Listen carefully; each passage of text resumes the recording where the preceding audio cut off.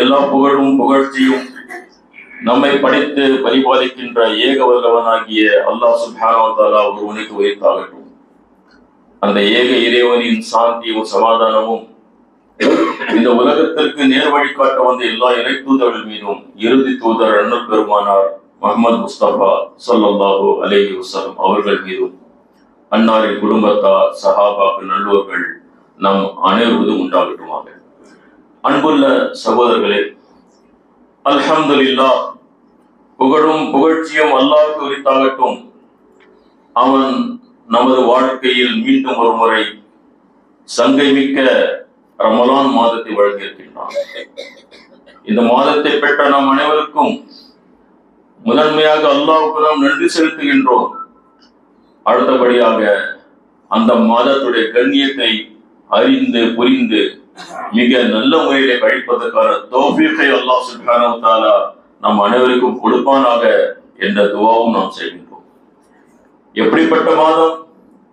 இந்த மாதத்துடைய சுப செய்திகள் என்ன? அந்த செய்திகளை பெற்று நாம் எப்படி வாழ வேண்டும் என்பது நாம் கவனம் கொள்ள வேண்டிய ஒரு முக்கியமான அம்சமாக இருக்கின்றது. நாயகம் ஸல்லல்லாஹு அலைஹி சொல்கிறார்கள், இது பாவ மன்னிப்பின் மாதம். இந்த மாதத்தில் அல்லாஹ் சுப்ஹானஹு வ தஆலா பாவ மன்னிப்பை கொடுத்திருக்கின்றான், மற்ற மாதங்களை விட மிக அதிகமாக. மன் ஸாம ரமதான ஈமானன் வ இஹ்திஸாபன், எவர் ஒரு ரமலான் மாதத்தில் இறை நம்பிக்கையுடனும் இறைவனிடம் கூலி பெற வேண்டும் எண்ணத்துடனும் நோன்பு வைக்கின்றாரோ, ஊஃபிர லஹு மா தகத்தம மின் ஸம்பி, அவருடைய கடந்த பாவங்கள் அனைத்தையும் அல்லாஹ் தஆலா மன்னித்து விடுகின்றான். எத்தனை பாவ சுமைகளை சுமந்து வாழ்ந்து கொண்டிருக்கின்றோம். காலையிலும் மாலையிலும் இரவிலும் பகலிலும் எத்தனை பலவீனங்களுடன் வாழ்ந்து கொண்டிருக்கின்றோம். இதோ ஒரு சுப செய்தி. கடந்த வருடம் அல்ல, கடந்த காலத்தில் பாவங்களை அல்லாஹ் தஆலா மன்னித்து விடுகின்றான். ஆனால் ஈமானுடனும் இறைவன் மீதும் இறை வாக்கின் மீதும் இறைவன் முன்னால் ஒரு நாள் இருக்க வேண்டும் என்ற அந்த மறுமை நாள் மீதும் இறை வேதத்தின் மீதும் அந்த பலமான ஈமானுடன் அல்லாஹ்வுடன் நான் கூலி பெற வேண்டுமே, அல்லாஹ்வுடைய கருணையை பிச்சை பெற வேண்டுமே என்ற எண்ணத்துடனே ஒருவர் இந்த ரமலான் மாதத்தில் நோன்பு நோக்கிறாரோ, அவருடைய கடந்த பாவங்களை அல்லாஹ் தஆலா மன்னித்து விடுகின்றான். மீண்டும் சொன்னார்கள் நாயகம் ஸல்லல்லாஹு அலைஹி வஸல்லம், மன் காம ரமதான, எவர் ஒருவர் நின்றாரோ ரமலானின் இரவுகளிலே, ஈமானன் வ இஹ்திஸாபன், அதே இறை நம்பிக்கையும் இறைவனிடம் கூலி பெற வேண்டிய எண்ணத்துடனும், ஊஃபிர லஹு மா தகத்தம மின் ஸம்பி, அவருடைய கடந்த பாவங்கள் அனைத்தையும் அல்லாஹ் தஆலா மன்னித்து விடுகின்றான். இந்த சுப செய்தியுடன் இந்த ரமலானை நாம் அடைந்திருக்கின்றோம். நாயகம் ஸல்லல்லாஹு அலைஹி வஸல்லம் சொல்கிறார்கள், ஒவ்வொரு அமலுக்கும் ஒரு இலக்கு, ஒரு எண்ணிக்கை இருக்கின்றது, நன்மைக்கான இலக்கு இருக்கின்றது. 10 இலிருந்து 700 வரை. இல்ல சௌம், அல்லாஹ் சொல்கின்றான் என்று நாயகம் ஸல்லல்லாஹு சொல்கிறார்கள், நோன்பை தவிர அஸ்ஸௌமு லீ, அடியான் எனக்காக நோன்பு வைத்தான், அனா அஜ்ஸி பிஹி, கணக்கில்லாம நான் கூலி கொடுப்பேன் என்று அல்லாஹ் கூறுவதாக நபிகள் நாயகம் ஸல்லல்லாஹு அலைஹி சொல்கிறார்கள். நோன்பு ஒரு யாருக்கும் தெரியாத ஒரு அமல். தொழுகின்றார் என்றால் மக்கள் பார்க்கலாம், ஜகாத் கொடுக்கிறார் என்றால் பிறர் பார்க்கலாம், ஹஜ்ஜுக்கு சமுதாயமே பார்க்கின்றது. ஆனால் நம்மில் எவர் நோன்பு வைத்திருக்கின்றார், எவர் நோன்பு வைக்கவில்லை? அல்லாஹ் ஒருவனுக்கு மட்டும்தான் தெரியும். இந்த அமலை அல்லாஹ் தஆலா அங்கீகரிக்கின்றான். எனக்காக அவன் பசித்தும் தாகித்தும் இருக்கின்றான். சின்ன குழந்தை கூட தண்ணீரை குடிப்பதில்லை, அல்லாஹ் பார்த்து கொண்டிருக்கின்றான். இந்த உணர்வை அல்லாஹ் தஆலா மதிக்கின்றான். மதித்து சொல்கின்றான், அனா அஜ்ஸி, நான் கூலி கொடுப்பேன். இங்கு கணக்குக்கு எண்ணிக்கைக்கு வரம்பு இல்லை என்று நாயகம் ஸல்லல்லாஹு அலைஹி வஸல்லம் சொல்கின்றார்கள். மேலும் சொல்கின்றார்கள், சுவனத்தில் ஒரு வாயில் இருக்கின்றது. சுவனத்துடைய 8 வாயில்களில் ஒரு வாயிலுடைய பெயர் அர்-ரய்யான். அதில் நோன்பாளிகள் மட்டும்தான் நுழைவார்கள் என்று நாயகம் ஸல்லல்லாஹு அலைஹி வஸல்லம் சொல்கின்றார்கள். அது சுவன மாதம். இதா ஜா ரமதான் ஃபுதியத் அப்வாபுஸ் ஸமா, ரமலான் மாதம் வந்துவிட்டால் சுவனத்தின் வாயில்கள் திறந்து விடப்படுகின்றன. நரகத்தின் வாயில்கள் மூடப்படுகின்றன, ஷைத்தான்கள் சங்கிலப்படுகின்றன. காரணம் என்ன? சுவனத்தினுடைய எல்லா பாதைகளையும் இந்த மாதத்தில் அல்லாஹ் தந்து விட்டான்.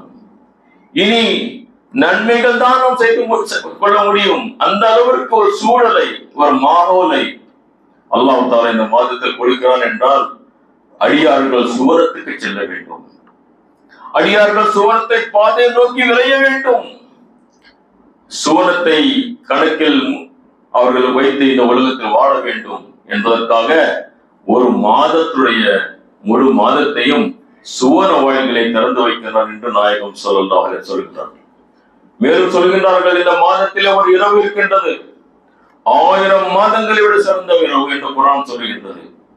லைலத்துல் கத்ர் கைரும் மின் அல்ஃபி ஷஹர், 1000 மாதங்களை விட சிறந்த இரவு. நோன்பும் குர்ஆனும் வறுமையிலே பரிந்துரை செய்யும் என்று நபிகள் நாயகம் ஸல்லல்லாஹு அலைஹி வஸல்லம் சொல்கிறார்கள்.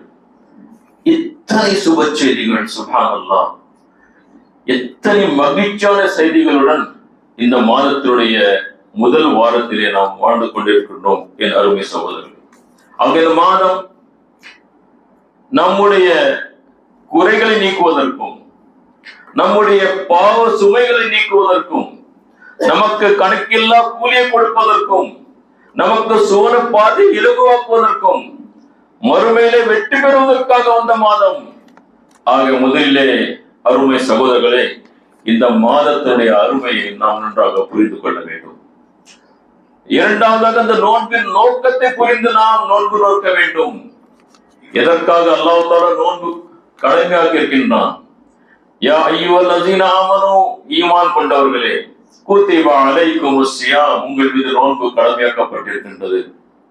கமா குத்திப அலல்லஸீன மின் கப்லிக்கும், உங்களுக்கு முன்னிருந்த சமூகங்களுக்கு எவ்வாறு நோன்பு கடமையாக்கப்பட்டதோ அவ்வாறு நோன்பு கடமையாக்கப்பட்டிருக்கிறது, உங்கள் மீதும் கடமையாக்கப்பட்டிருக்கிறது. லஅல்லக்கும் தத்தகூன், இதன் மூலமாக இறையச்சம் உள்ள மக்களாக நீங்கள் மாற வேண்டும். நோன்பின் நோக்கம் இறையச்சம், இறை நெருக்கம், இறைவனுக்கும் நமக்குள்ள தொடர்பை வலுவாக்குவதற்காக, அந்த பந்தத்தை வலுவாக்குவதற்காக நோன்பு வந்திருக்கின்றது. ஆகவேதான் இறையச்சம் தக்வால் சொல்லும் பொழுது இறை வழிகாட்டும்படி வாழ்வதுதான் இறையச்சம். இந்த கோணத்தில் நாம் இந்த நாட்களை கழிக்க வேண்டும். நான் ஒரு அல்லாஹ்வின் அடிமையாக இருக்கின்றேன், அவன் என்னுடைய ரப் அதிபதியாக இருக்கின்றான். எனக்கும் அவனுக்கும் உள்ள தொடர்பு அது வலுப்பெற வேண்டும் என்பதற்காக, அவன் வழி நான் வாழ வேண்டும், அவனுடைய வழிகாட்டுறபடி நான் வாழ வேண்டும் என்பதற்காக ஒரு நோன்பு என்ற கடமையை அல்லாஹ் தஆலா கொடுத்திருக்கின்றானே, அந்த நோன்பின் மூலமாக இறையச்சத்தை நாம் பெற வேண்டும். ஆகவேதான் பெருமானார் ஸல்லல்லாஹு அலைஹி வஸல்லம் எச்சரிக்கின்றார்கள். ஒரு கடுமையான, உண்மையிலேயே சிந்திக்க வேண்டிய ஒரு மிக முக்கியமான நபி மொழியாக இது இருக்கின்றது. கம் மின் ஸாயிமின் லைஸ லஹு ஃபி ஸியாமிஹி இல்லா தம வ கம் மின் காயிமின் லைஸ லஹு கியாமிஹி இல்லா ஸஹர். மிக அச்சம் தரக்கூடிய ஒரு பயங்கரமான நபி மொழி என்று சொல்லலாம். நபிகள் நாயகம் ஸல்லல்லாஹு அலைஹி வஸல்லம் நவின்றார்கள், எத்தனையோ நோன்பாளிகள் நற்பெயர் அற்றவர்களாக இருக்கின்றார்கள், நசீப் இல்லாமல் இருக்கின்றார்கள். அவர்களுக்கு அவர்களின் நோன்பின் மூலமாக பசியும் தாகத்தை தவிர ஒன்றும் கிடைக்கவில்லை. மேலும் நோன்பு கால இரவுகளிலே தராவி தொழுபவர் இருக்கின்றார்கள், கண் விழித்ததை தவிர அவருக்கு ஒன்றும் கிடைக்கவில்லை என்று நாயகம் ஸல்லல்லாஹு அலைஹி வஸல்லம் சொல்கிறார்கள். சற்று சிந்தித்து பாருங்கள். ஒரு மனிதர் சஹர் வைத்தார், 12-14 மணி நேரம் அவர் ஒன்றும் சாப்பிடவில்லை, பசித்தும் தாகித்தும் இருந்தார். மகரிபுடைய நேரத்தில் நோன்பு திறந்தார், இரவில் இருக்கின்றார். ஆனால் ஒரு எச்சரிக்கையான நபி மொழி. சமுதாயத்தில் உம்மத்தில் சிலர் எப்படி இருக்கின்றார்கள், அவர்களுக்கு இந்த நோன்பின் மூலமாக பசியும் தாகத்தில் ஒன்றும் கிடைக்கவில்லை. இரவில் நின்றார்கள், கண் விழித்ததை தவிர ஒன்றும் கிடைக்கவில்லை. யார் இவர்கள்? இவர்கள் செய்த தவறு என்ன? ஏன் இவர்களுக்கு பாவ மன்னிப்பு கிடைக்கவில்லை? ஏன் இவர்களுக்கு சுவன பாதை இலகுவாக்கப்படவில்லை? கணக்கில்லா கூலி இவர்களுக்கு ஏன் கிடைக்கவில்லை? இவர்களுக்கு லைலத்துல் கத்ர் என்ற 1000 மாதங்களுடைய சிறப்பு ஏன் கிடைக்கவில்லை என்பதை நாம் சற்று சிந்தித்து பார்க்க வேண்டும். இன்னொரு நபிமொழியை பாருங்கள், இதுவும் நம்மை தட்டி எழுப்புகின்ற நபிமொழி. மல்லம் யதா கௌல ஸூரி வ அமல பிஹி ஃபலைஸ லில்லாஹி ஹாஜத்துன் அன் யதா தஅமஹு வ ஷராபஹு. நாயகம் ஸல்லல்லாஹு அலைஹி வஸல்லம் சொல்கிறார்கள், எவர் நோன்பு நோட்டிருந்தும் பொய் சொல்வதையும் பொய்யான முறையில் செயல்படுவதையும் விடவில்லையோ அவர் பசித்திருந்தும் தாகித்திருப்பதற்கு அல்லாஹ்வுக்கு எந்த அக்கறையும் இல்லை. ஆக சகோதரர்களை, இந்த இரண்டு நபிமொழிகள் ஒரு முக்கியமான புள்ளியின் பக்கம் நம்முடைய கவனம் செலுத்துகின்றன. வெறும் பசித்திருப்பதும் தாகித்திருப்பதும் நோன்பின் நோக்கம் அல்ல, மாறாக நோன்பின் நோக்கம் அடைவதற்கான வழிமுறைகளாக இருக்கின்றன. அது நோன்பின் நோக்கம் இறைவனுடைய நெருக்கம், இறை அன்பை பெறுதல், இறைவனிடம் கூலி பெறுவதை எண்ணம் வைத்தல், இறைவன் மீது ஆதரவு வைத்தல், இறை வாக்கின் மீது ஆதரவு வைத்தல், மறுமை நாளிலே அவனுடைய கருணை பெறுகின்ற மீது ஆதரவு வைத்தல், சுவனத்தின் மீது ஆதரவு வைத்தல், இந்த இறை வழிபடி வாழ்வதற்கான எண்ணம் வைத்தல், இவைதான் தக்குவா என்று நாம் சொல்லுகின்றோம். இந்த பயிற்சி பெறுவதற்காக ஒரு வழிமுறைதான் மனிதன் பசித்திருக்கின்றான், தாகித்திருக்கின்றான். ஆக ஒருவர் 30 நாள் உழைக்கின்றார், உழைப்பது நோக்கம் அல்ல, கூலி பெறுவதுதான் நோக்கம், சம்பளம் பெறுவதுதான் நோக்கம். ஒரு மருந்து சாப்பிடுகின்றார், மருத்துவரிடம் செல்கின்றார், மருத்துவரிடம் செல்வதும் மருந்து சாப்பிடுவதும் நோக்கம் அல்ல, அது வழிமுறை. அது நோயில் இருந்த ஒரு நிவாரணம் பெற வேண்டும். ஆக இப்படித்தான் இந்த நோன்பை நாம் பார்க்க வேண்டும். அல்லாஹ் தஆலா தெளிவாக சொல்கின்றான், லஅல்லகும் தத்தகூன், இந்த மாதத்தில் எச்சத்தை பெறுங்கள், இறைவனுடைய அந்த வழிகாட்டல்படி வாழ்வதற்கான ஒரு பயிற்சியை பெறுங்கள். எப்படி அல்லாஹ் சுப்ஹானஹு வ தஆலாவுடைய கட்டளை ஏற்று நாம் வாழ்ந்து கொண்டிருக்கின்றோம். இந்த நோன்பு காலத்தில் தூங்குற நேரத்தில் எழுப்ப சொல்லுகின்றான், எழு சொல்லுகின்றான், சாப்பிட நேரத்தில் சாப்பிட சொல்லுகின்றான். அதை நான் ஏற்று வாழ்கின்றேன். இறைவா, உன்னுடைய வழிகாட்டல் தான் என்னுடைய வாழ்க்கை, நீ சொல்வதுதான் நான் செய்வேன். தூங்குற நேரத்தில் சாப்பிட சொல்கிறாயா, நான் தயார். 12 மணி நேரம் ஹலாலான உணவும் ஹலாலான அந்த தண்ணீரும் நீ தடுக்க சொன்னாயா, நான் தடுத்து விட்டேன், விட்டு விட்டேன். ஆக பசியும் தாகவும் இங்கு நோக்கம் அல்ல, இறை கட்டளை, இறைவனுடைய அந்த வழிகாட்டலை நான் ஏற்று வாழ்ந்து கொண்டிருக்கின்றேன். 30 நாட்களுடைய பயிற்சி சகோதரர்களே. இறுதியாக இந்த மனிதன் ரமலானை கடந்து வரும்பொழுது ஒரு புதிய மனிதனாக வருகின்றான். அந்த புதிய மனிதர் ஒரு உயர்ந்த முஸ்லிமாக, ஒரு உயர்ந்த அல்லாஹ்வின் அடியானாக, அல்லாஹ்வின் வழிகாட்டல் எப்பொழுது வாழ்வானாக, எல்லா நிலைகளிலும் வழிகாட்டல் தான் என்னுடைய வாழ்க்கை. அதனால் தனியாக இருந்தாலும் சரி, குடும்பத்துடன் இருந்தாலும் சரி, வியாபாரத்தில் இருந்தாலும் சரி, சமூகத்தில் இருந்தாலும் சரி, எந்த நிலையில் இருந்தாலும் சரி, அல்லாஹ்வுடைய வழிகாட்டல் ஏற்றினார் வாழ்வேன். அந்த பயிற்சிக்காக ஒரு பாடசாலையை, ஒரு பல்கலைக்கழகத்தை உலக முஸ்லிம்கள் அனைவருக்காக அல்லாஹ் தஆலா திறந்து வைக்கின்றான். வாருங்கள், வாருங்கள், 30 நாட்கள் பயிற்சியை பெறுங்கள். ஒரு உயர்ந்த மனிதனாக, உயர்ந்த முஸ்லிமாக, பாவ மன்னிப்புகளை நீக்கிய மனிதர்களாக, கணக்கில்லா கூலி பெரும் மக்களாக, சுவனத்தின் பக்கம் விரையும் மக்களாக மாறிவிடுங்கள். இந்த சிந்தனையுடன் நாம் நோன்பு நோக்க வேண்டும் என் அருமை சகோதரர்களே.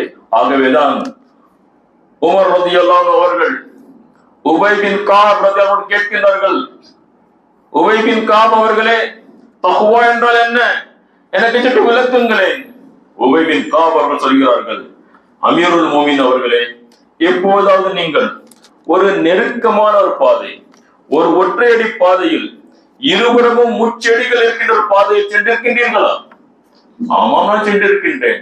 எப்படி செல்வீர்கள்? என்னுடைய துணியை நான் முழுமையாக சமாளித்து முட்களில் அந்த துணி படாமல் விரைந்து சென்று விடுவேன். உபை பின் கஅப் அவர்கள் சொல்கிறார்கள், இதுதான் தக்வா. இந்த வாழ்க்கையில் ஒரு சோதனையுடைய வாழ்க்கை, ஷைத்தானுடைய சக்திகள், மன இச்சைகளுடைய அந்த தூண்டுதல்கள், பிற சமூகங்களுடைய கலாச்சாரங்களின் தாக்கல்கள் முட்செடிகளாக 2 பக்கமும் இருக்கின்றன. அதற்கிடையிலே ஒரு மோமின் பயணிக்கின்றான், அல்லாஹ்வுடைய ஒரு அடியான் பயணிக்கின்றான்.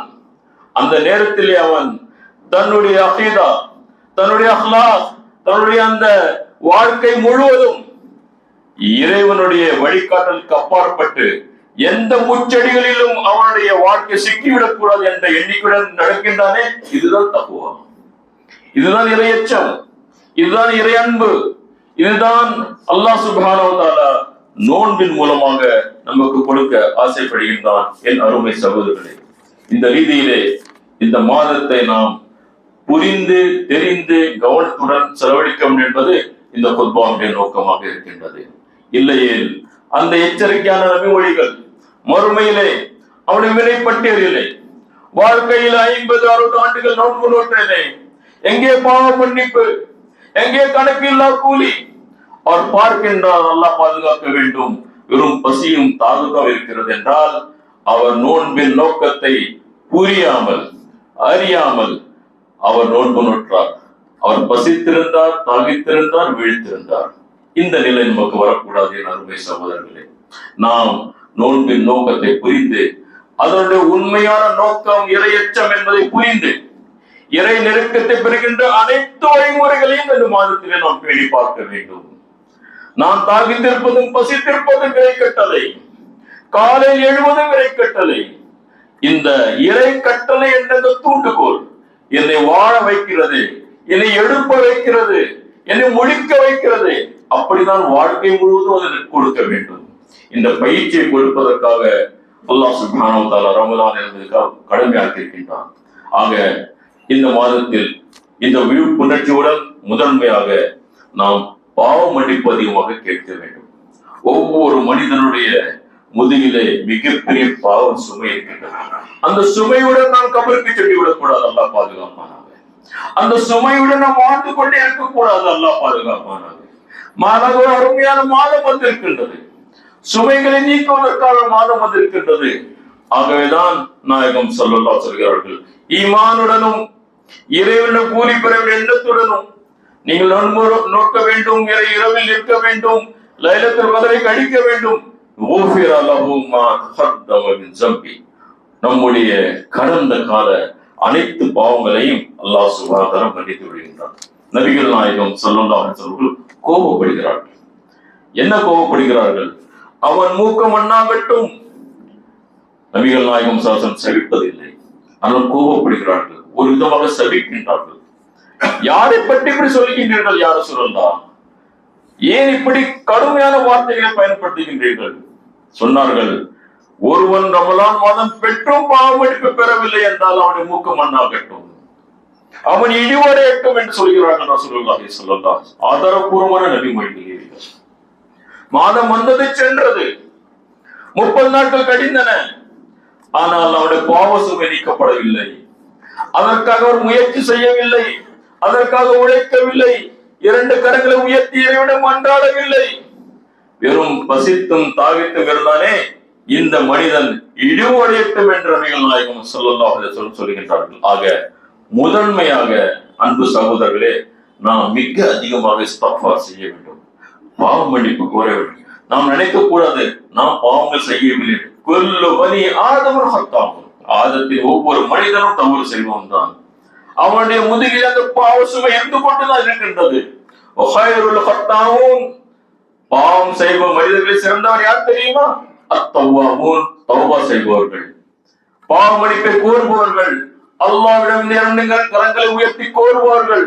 ஆக அருமை சகோதரர்களே, நாம் அதிகமாக பாவ மன்னிப்புள்ள செய்யும் மனிதன் மாற வேண்டும். இரண்டாவதாக, இந்த மாதம் குர்ஆனுடைய மாதமாக இருக்கின்றது. ஷஹ்ரு ரமதான் அல்லதி உன்சில ஃபீஹில் குர்ஆன். ரமலான் மாதம் எத்தனை என்றால் அந்த மாதத்தில் தான் அல்லாஹ் சுப்ஹானஹு வ தஆலா திருக்குறளை இறக்கினான். அந்த முதல் வசனம் அந்த இரவில் தான் வந்தது. ஆக குர்ஆனுடன் நெருக்கம் ரமலானுடைய நோக்கங்களில் ஒன்று. வழக்கத்துக்கும் அதிகமாக குர்ஆனுடைய நெருக்கம். அதுதான் தராவி மூலமாக குர்ஆனை கேட்கின்றோம். ஒரு முறையாவது குர்ஆனை நாம் ஓதி முடிக்கின்றோம். நாயகம் ஸல்லல்லாஹு அலைஹி வஸல்லம் கடைசி ரமலானில் 2 முறை ஓதி முடித்தார்கள் என்ற நபிமொழி இருக்கின்றது. இப்படி இருக்கும்போது நமக்கும் குர்ஆனுக்கும் ஒரு தொடர்பு இருக்க வேண்டும், ஒரு ஒழுவான தொடர்பு. அது ஒரு சடங்கான தொடர்பு அல்ல, வெறும் ஓதிக்கொண்டே முடித்து விட்டேன் அப்படி அல்ல. எதற்காக குர்ஆன் இறக்கினான்? அந்த வசனமே சொல்கிறது, ஹுதல் லின்னாஸ், மனித சமூகத்திற்கு வழிகாட்டும் வேதம், நம் அனைவருக்காக வழிகாட்டும் வேதமாக குர்ஆன் இருக்கின்றது. உபையினாத்தி மினல் ஹுதா, தெளிவான வழிகாட்டல்கள், வல் ஃபுர்கான், சத்தியத்தையும் அசத்தியத்தை பிரித்து காட்டும் நூல், உண்மை என்ன பொய் என்ன, இருள் என்ன ஒளி என்ன பிரித்து காட்டும் நூல். இந்த சிந்தனையுடன் நாம் குர்ஆனுடன் நெருங்க வேண்டும். அருமை சகோதரர்களே, எனக்கு ஒளி கிடைக்க வேண்டுமே, என்னுடைய உள்ளத்தில் இருக்கின்ற இருள் நீக்கப்பட வேண்டுமே, அது நீங்க வேண்டுமே, என்னுடைய வாழ்க்கையில் வழிகாட்டல் நான் பெற வேண்டுமே, ஜாஹிலியா என்ற அந்த அஞ்ஞானத்தினுடைய சிந்தனைகளிலிருந்து என்னுடைய வாழ்க்கையில் நான் விடுபட வேண்டுமே, நெருங்குங்கள் குர்ஆனின் பக்கம். ஷஹ்ரு ரமஸான் அல்லஸீ உன்ஸில ஃபீஹில் குர்ஆன். ஆக இந்த கோணத்தில் நாம் ரமலானை பார்க்க வேண்டும். அல்லாஹ் சுப்ஹானஹு வ தஆலா சொல்கின்றார், லகத் அன்ஸல்னா இலைக்கும் கிதாபன், உங்களுக்கு ஒரு வேதம் இறக்கி அருளப்பட்டிருக்கிறது, ஃபீஹி ஸிக்ருக்கும், அது உங்களை பற்றி பேசுகின்றது. அஃபலா தாகிலூன், நீங்க சிந்திக்க மாட்டீர்களா? என்ன அருமையான வசனம் பாருங்கள். மக்களே, உங்களுக்கு ஒரு வேதத்தை அனுப்பியுள்ளோம், அதில் உங்களை பற்றியே கூறப்பட்டுள்ளது. என்ன, நீங்கள் அறிந்து கொள்ள மாட்டீர்களா? குர்ஆனை புரிந்து ஓத வேண்டும். சில வசனங்கள் சில வசனங்கள் கடைசி பாரா 29 எதிர்த்தாலும் சரி, நாம் அதை புரிந்து ஓத வேண்டும். அல்லாஹ் என்ன சொல்லுகின்றான்? எனக்கு அல்லாஹ் கொடுத்த உபதேசம் என்ன? அஃபலா யததப்பரூனல் குர்ஆன், இவர்கள் குர்ஆனை கொண்டு சிந்திக்க கூடாதா? அமலா குலூபி அக்ஃபாலுஹா, அவங்களுடைய இதயத்திலே பூட்டப்பட்டிருக்கிறதா, தாளிடப்பட்டிருக்கிறதா? அல்லாஹ் தஆலா கோபப்படுகின்றான். ஆக அன்பு சகோதரர்களே, குர்ஆனை நாம் முடிப்போம், ஆனால் குர்ஆனுடைய ஒரு பகுதியாவது அறிந்து புரிந்து நாம் ஓதக்கூடிய மக்களாக நாம் மாற வேண்டும். ஏனென்றால் என்னுடைய வாழ்க்கைக்கு வழிகாட்ட வந்த நூலாக திருக்குர்ஆன் இருக்கின்றது. மூன்றாவதாக அன்பு சகோதரர்களே, இது பிரார்த்தனையுடைய மாதம். பல வழிகள் மூலமாக அல்லாஹ் தஆலா பிரார்த்தனை அங்கீகரிக்கின்றான். நோன்பாளிகளுடைய பிரார்த்தனை ஏற்றுக்கொள்ளப்படும். ஆக இரவு நேரங்களில், நோன்பு காலங்களில், நோன்பு திறக்கும் நேரங்களிலே நாம் நம்முடைய நேரங்களை வீணாக்க கூடாது. அன்பு சகோதரர்களே, வைஸா ஸஅலக இபாதி அன்னி ஃபஇன்னி கரீப், நபியே, என்னுடைய அடியார்கள் என்னை பற்றி கேட்கும் போது அவர்களுக்கு சொல்லுங்கள், இன்னி கரீப், நான் சமீபத்தில் இருக்கின்றேன், நான் கேட்டுக்கொண்டும் பார்த்து கொண்டும் இருக்கின்றேன். கேட்பார் கேட்கட்டும், நான் பதிலளிப்பேன். உஜீபு தாவத்த தாயிஸாதான் வலிஸ்தஜீபு லி, அவர்களிடம் கேட்கட்டும், வயூமினு பி, என்னை நம்பட்டும். அல்லாஹு அக்பர். அல்லாஹ் தஆலா அழைக்கின்றான், கேளனிடம். மனிதன் அனைவரும் தேவையுள்ளவர்களாக இருக்கின்றார்கள். அவர் எந்த உயர்ந்த நிலையில் அடைந்தாலும் சரியே, இம்மையுடைய நிலையில உயர்ந்தவர்கள் அவருக்கு மறுமை தேவைப்படுகின்றது, மறுமை வெட்டி தேவைப்படுகின்றது. சாதாரண மனிதர்களை நமக்கு இம்மையிலும் மறுமையிலும், தனிப்பட்ட வாழ்க்கையிலும், குடும்ப வாழ்க்கையிலும், பொருளாதாரத்திலும், சமூக வாழ்க்கையிலும் நாம் அல்லாஹ்விடம் மன்றாட வேண்டும். தேர்தல் வருகின்றது, நல்ல ஆட்சியாளர்களை கூட இறைவா, இந்த உம்மத்தை மீது கருணை காட்ட இறைவா நாம் கேட்க வேண்டும். இதோ பலஸ்தீனுக்காக நாம் கேட்க வேண்டும். அங்கு பிள்ளைகள், பெண்கள், அறிஞர்கள், மாணவர்கள், மாணவிகள் உணவு இல்லாமல், சார் இல்லாமல், தண்ணீர் இல்லாமல் வாழ்ந்து கொண்டிருக்கிறார்களே, அவர்களுக்காக கேட்க வேண்டும். தேவை உள்ளவர்களாக நாம் இருக்கின்றோம். ஆக அன்பு சகோதரர்களே, அல்லாஹ்விடம் மன்றாடும் மாதமாக இருக்கின்றது. இது ஷஹ்ருல் மவாசா, பரஸ்பர அனுதாபத்துடன் மாதமாக இருக்கின்றது. கொடை கொடுங்கள். மா நகஸ மின்ஹு ஸதகா, மா நகஸ மாலு மின் ஸதகா, ஸதகா மூலமாக உங்களுடைய பொருள் குறைவதில்லை என்று நாயகம் ஸல்லல்லாஹு அலைஹி வஸல்லம். ஜகாத்தை கணக்கிட்டு கொடுக்க வேண்டும், ஸதகாவை அதிகரிக்க வேண்டும். நம்முடைய சமுதாயத்தில் இருக்கின்ற தேவையில்லாத, அதாவது பலவீன மக்களுக்கு கவனம் செலுத்த வேண்டும், அவர்களுடைய தேவைகளை பூர்த்தி செய்ய வேண்டும். இதுவும் இருக்கின்றது. இது சூன மதமாக இருக்கின்றது. இவ்வாறாக பாவ மன்னிப்பின் மூலம், குர்ஆனின் மூலம், தௌபா இஸ்திக்ஃபாரின் மூலம், துஆக்களின் மூலம், ஏழைகளுடைய உதவி செய்வதன் மூலம் இரவும் பகலும் நாம் இறைவனுடைய நெருக்கத்தை பெற்று இந்த மாதத்தினுடைய அந்த உயர்ந்த நிலை அடைவதற்கான தௌஃபீகை அல்லாஹ் சுப்ஹானஹு வ தஆலா உங்கள் அனைவருக்கும், உங்களுக்கும் எனக்கும் கொடுத்து அருள் புரிவானாக. அகூலு கௌலி ஹாதா அஸ்தக்ஃபிருல்லாஹி லி வ லக்கும் வ லிசாயிரில் முஸ்லிமீன் இன்னஹு ஹுவல் கஃபூருர் ரஹீம்.